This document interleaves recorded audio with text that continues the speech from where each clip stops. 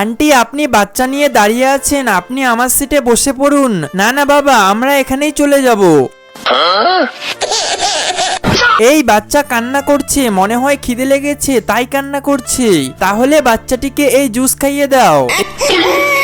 এই যে বাচ্চাটিকে ঠান্ডা জুস খাওয়ালে ক্ষতি হতে পারে, এখন বাচ্চাকে দুধ খাওয়ানো উচিত। এই যে দাদা, আপনি আমাদের ব্যাপারে কথা বলছেন কেন? আপনি চুপ করে থাকুন। হ্যাঁ বাবা, ওরা তো বাচ্চাটার খিদে মেটানোর জন্য জুস খাওয়াচ্ছে, এখানে সমস্যা কোথায়? রাজু বেটা, তুমি জানো না বাচ্চাদের জুস খাওয়ালে সর্দি জ্বর হতে পারে? তো কি হয়েছে, এটা তো আমাদের বাচ্চা না। আরে কি বলছো? তাহলে এটা কার বাচ্চা? বাবা, এরা হয়তো বাচ্চাটাকে চুরি করে নিয়ে এসেছে, এদেরকে পুলিশের হাতে দিতে হবে।